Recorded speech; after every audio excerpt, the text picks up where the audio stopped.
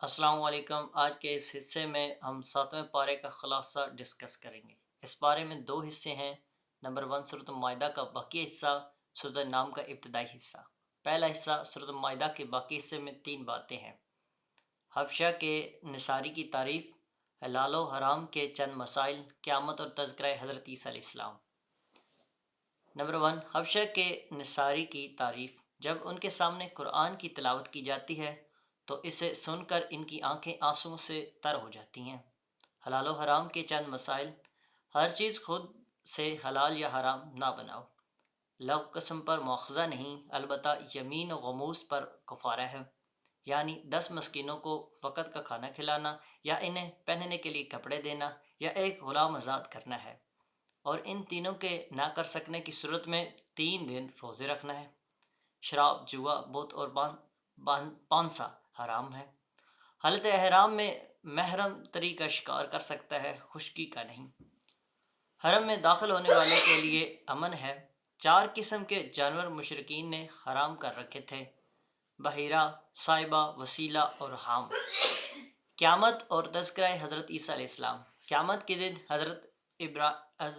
حضرات انبیاء کرام السلام سے پوچھا جائے گا کہ جب تم نے ہمارا پیغام پہنچایا تمہیں کیا جواب دیا گیا؟ اس سوال و جواب کے تناظرہ میں حضرت عیسیٰ علیہ السلام پر اللہ تعالیٰ نے اپنے احسانات گنوائیں گے۔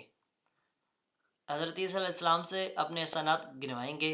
ان احسانات میں مائدہ والا قصہ بھی کہ حواریوں نے حضرت عیسیٰ علیہ السلام سے کہا کہ اللہ تعالیٰ سے کہو ہم پر ایسا دسترخوان اتارے جس میں کھانے پینے کی آسمانی نعمتیں ہوں، چنانچہ دسترخوان اتارا گیا۔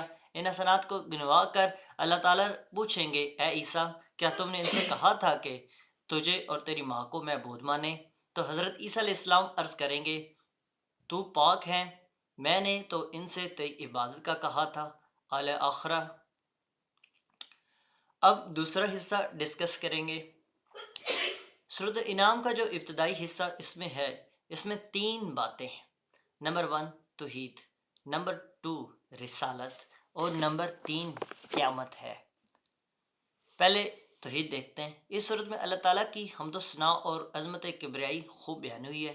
نمبر 2 رسالت، نبی علیہ السلام کی تسلی کے لیے اللہ تعالیٰ نے 18 انبیاء کرام کا تذکرہ فرمایا ہے: حضرت ابراہیم علیہ السلام، حضرت اسحاق علیہ السلام، حضرت یعقوب علیہ السلام، حضرت نوح علیہ السلام، حضرت داؤد علیہ السلام، حضرت سلیمان علیہ السلام، حضرت ایوب علیہ السلام، حضرت یوسف علیہ السلام، حضرت موسیٰ علیہ السلام، حضرت ہارون علیہ السلام، حضرت زکریا علیہ السلام، حضرت یحییٰ علیہ السلام، حضرت عیسیٰ علیہ السلام، حضرت الیاس علیہ السلام، حضرت اسماعیل علیہ السلام، حضرت عیسیٰ علیہ السلام، حضرت یونس علیہ السلام، حضرت لوط علیہ السلام، جو کہ 18 بنتے ہیں۔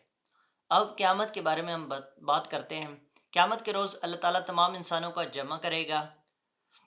روز قیامت کسی انسان سے عذاب کا ٹلنا اس پر اللہ کی بڑی مہربانی ہوگی۔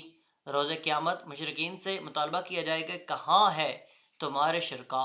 اس روز جہنمی تمنا کریں گے کہ کاش انہیں دنیا میں لوٹا دیا جائے تاکہ وہ اللہ رب العالمین کی آیات کو نہ جھٹلائیں اور ایمان والے بن جائیں۔